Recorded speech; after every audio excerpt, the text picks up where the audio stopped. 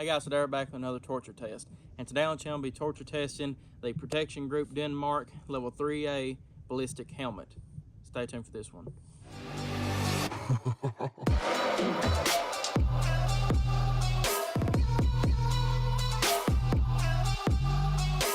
Alright guys, we're back. Once again today we're going to be torture testing the Protection Group Denmark Level 3A Ballistic Helmet. As you can see here, it is a ballistic helmet that has cutoffs for the earmuffs if you have any. Also has attachments on front for night vision, GoPro mount as well if you want to do that. Very nice helmet, and we'll actually be doing a separate review on it ourselves, but this today will be the torture test. They sent me another one to review and to keep, so thank you to them. If you'd like to check out this helmet, I'll leave a link in the description below to where you can check it out. It's getting a little dark, so let's go ahead and start with it.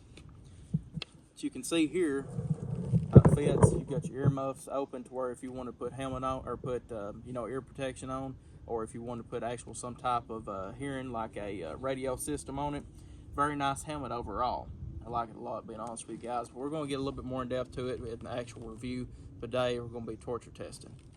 As you can see here, we have, first off, going to be starting off with 9mm cellular billet with a Glock 34 with a 5.31 inch threaded barrel. Next up, we're going to be going to the 45 ACP Taylor Firearms & Co. This will be out of a cellular and billet 45 ACP. Next up, we'll be going to the 6-inch Colt Python 357 Magnum. This will be the Winchester jacketed soft point 357 Magnum 100 and looks like 38 or 158 grains. Sorry, it's getting dark out here. Next up, we'll be going to the custom Dan Wesson Kodiak 10mm with the MagTech 10mm ammunition, full metal jacket, and we'll be ending it with the Ruger Super Red Hawk 9.5-inch barrel. We should be shooting the PMC 44 Magnum, and this looks like a mean round. So guys, without further ado, we have graciously been gifted a little buddy down there today, and as you can see right now, he's going to be the one that's going to be taking one for the team. So guys, go ahead and get on Nanny Goat strapped up, and hopefully he'll be alive by the end of the video. We're going to find out. Alright, Nanny Goat's ready to go. As ready as he'll ever be. Let's go ahead, throw some 9mm at it.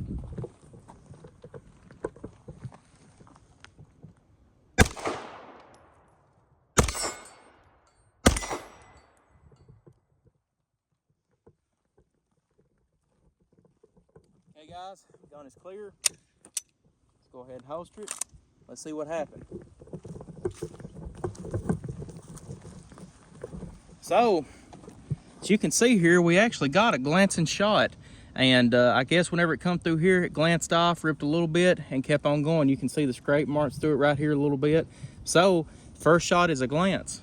Very interesting. We might actually step back on that one later to see what it does. But let's go ahead and step it up to the next level. All right, guys, I'm gonna be shooting a little 45 ACP at him. Let's see what happens.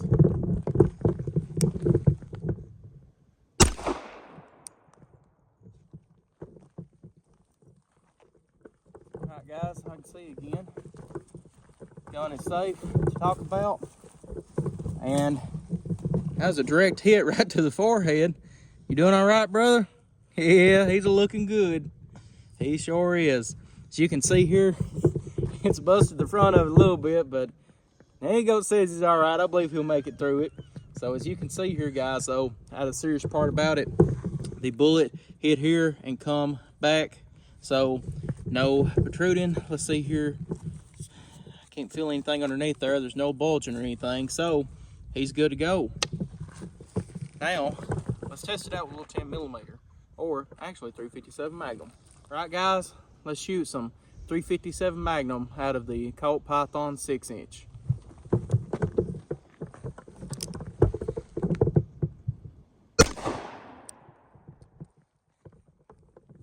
Okay, gun is empty as you can see. Let's go up here and see what happened on Nanny Goat.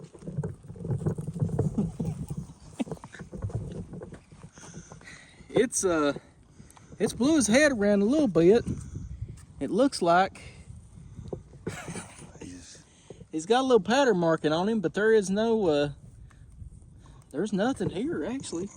let's see what's happened. This come from down there with a glance. That just powder, ain't it? Yeah, it's come out from a glance, and it's blew a little powder out, but it did stop the bullet, as you can see here. So it has 100% stopped, and it hasn't hit him. And I guess Nanny Goat lives to tell another tale. So let's go ahead and throw some 10 millimeter at it and see what happens. All right, guys, let's throw some 10 millimeter at him and see what happens.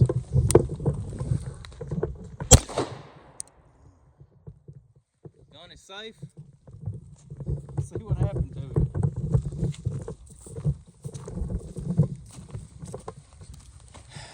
it.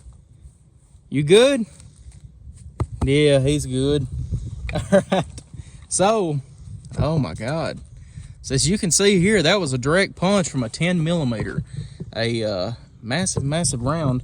Let's actually see. So here was the impact, as you can see. Let me take out this piece right here, get a little bit better look at it. And it did not penetrate the actual bulletproof vest or bulletproof helmet, but as you can see, there is a huge indentation here. But with this memory foam, it would have more than likely caught that if it caught the power out of it, at least. Believe me, you're going to be feeling it, but at least Nanny Goat lives to talk about what just happened to him. So let's go ahead and shoot him with almighty 44 Magnum and see what happens. But talk to you later, old buddy. All right, guys, we kind of got a little bad news. Nanny Goat's wanting to quit on us, and I think he's starting to walk away, so we better take a shot at the back of his head while we've got a chance to.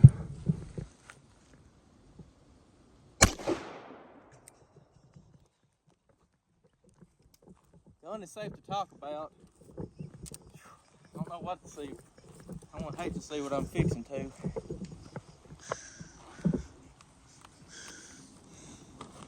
Let me set this down for a second. We'll figure out what we can do.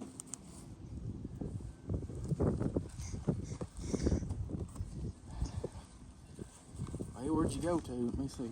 There we go. So as you can see, that was a direct shot with a 44 in the back of the head right there. Let's check and see. Not for certain if it went through or not looking like it. Nope. As you can see here, if I can get this pulled out in the back for you. As you can see here, it's a very, very big bulge right in here with the helmet. It's kind of getting a little dark out here, but as you can see, it actually did not penetrate the bulletproof helmet. So it done exactly what it was wanting to do. And guys, at the same time, that's not a bad bulge, really. I mean, the helmet is 100% still in usable fashion. I mean, there's nothing wrong at all with it. It just took a few direct hits, and it's showing the wear, as you can see. But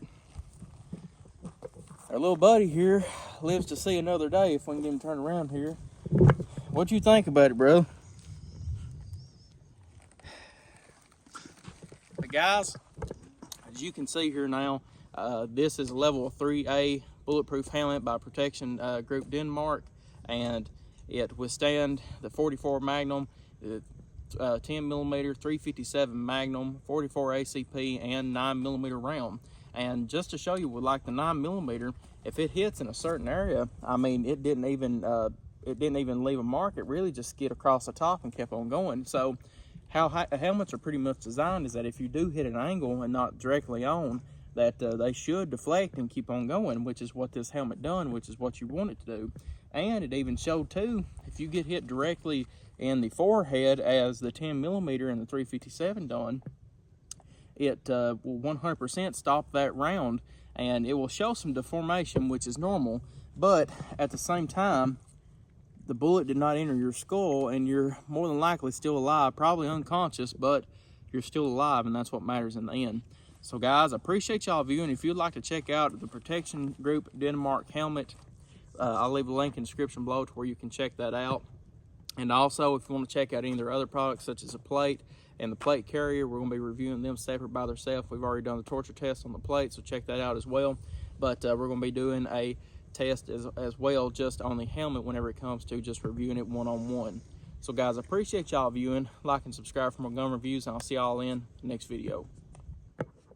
Hey guys, I thought I would make this video just for the end of the actual shoot review, or the torture test, sorry, on the actual bulletproof helmet.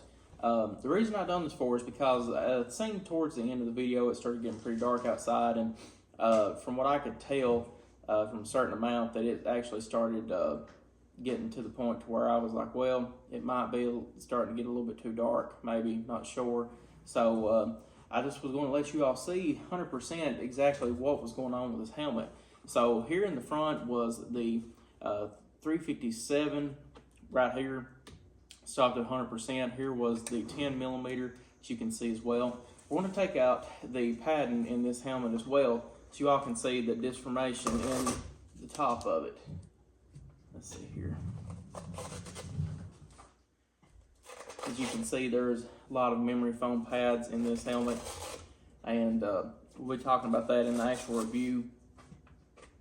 But I thought this would be the best representation of what it actually done with all of the bullets that we shot at it, ranging from the 9 millimeter all the way up to the 44 Magnum.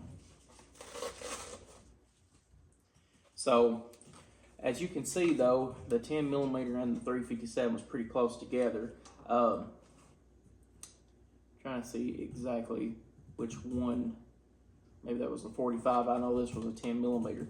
But as you can see here with the top of it, it did not actually penetrate the helmet at all. Let's see if I can get this out of the way. But it didn't make the big bulge in it. The way the memory foam was made, it would have, I think it would have sunk in with the foam, and it wouldn't actually have hurt the person's head whenever it comes to the bulge. Now, you got to keep in mind, with somebody taking that much force to the head, as you've seen with the mannequin, your neck is going to snap a little bit. I mean, not a little bit, actually a lot, because like with a 9 millimeter, you're looking at 350 foot per pound of energy that's being transferred into this helmet. So that's 350 pounds of foot per pound of energy getting transferred into your neck whenever you actually get shot. So what this right here is really made for more than anything is saving your life in a certain standpoint, to where if you do get shot, which is a worst case scenario, hopefully you will make it through it alive. You can see here in the back as well with the 44, it was actually kind of interesting. The 44, even though it was a direct hit, it wasn't a side hit or anything. I've got this peeled back here so where you can see it.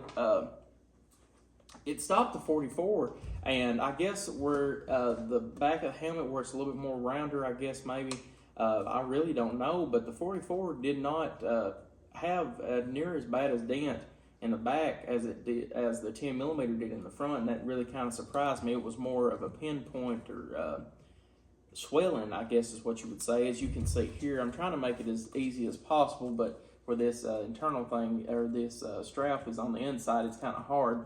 But as you can see, the 10 millimeter really transferred a lot more energy than the 44 did, even though both of them was direct hit, neither of them was a glancing shot. So, you know, that's really interesting. It wouldn't have come to the point to where the helmet would have give away so much that it would have crushed you on your head. I don't think anyway, because these pads, as you can tell, are very, very thick. They're probably right at an inch, maybe a little bit less than an inch thick. So that would have took away a lot of the impact itself whenever it comes to how much it would have disformed your head. And that's really good to know in general, because, you know, like the old, say, military helmets, German army helmets, stuff like that, where it was made out of that type of metal, if it was a glancing blow and it just took a lot of that energy and it kept on going and didn't go actually through the helmet, it would have probably caved in on your head and disformed your own head. So that being said, I think this helmet itself performed exponentially, really, because with what I was seeing here, it done its job, and it done its job pretty much better than any of them I have seen whenever they come to torture testing. Because a lot of these helmets like this, even though they will they can take a direct hit, you'll see a lot more of the impact around where the bullet had actually hit, and that would even come in on your own head. And you know, I'm just really impressed with this helmet. As you can see here on Nanny Galt the mannequin, whenever the 357 hit, some of the black powder come out from under here, and it come around his eye right here. But now it never did go into him. We've checked him over, just a few debris in his hair, really long around the bottom. But now, whenever it comes to where it was hit, there's no disformation in his head, which I understand. He's rubber. He's not made out of flesh. But you know, if you would have seen a massive hit in this helmet that would have affected a human, I think that you would have seen it on this as well, and that cannot be found. But at the end of the day, the helmet done its job, and it really did deflect and take everything that we threw at it it was rated for. I didn't want to shoot it with a 223 or 5.56 because it's not rated for that. Being honest with you, I think it really probably could have took it, but you know, you're just talking about different ballistics and everything else with that, and it's not rated for it. Even though personally, I think as well as these are built, I think it possibly could have took at least one shot with it, and maybe not have went all the way through. But guys, that will be about end of the torture test. We're going to be reviewing the helmet up next, and we're going to have these side to side so you all can see.